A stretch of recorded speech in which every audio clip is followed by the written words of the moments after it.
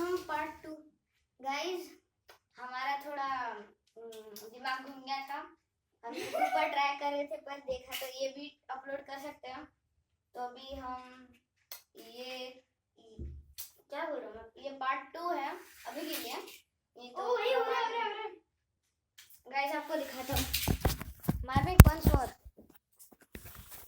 ये हमारे पास hot wheel की कार है।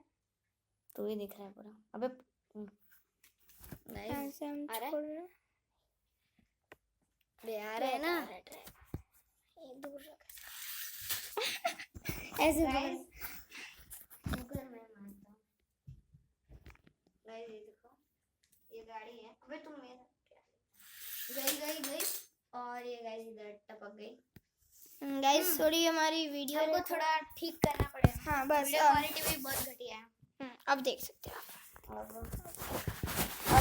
अब आप देख सकते हैं आपको गाड़ी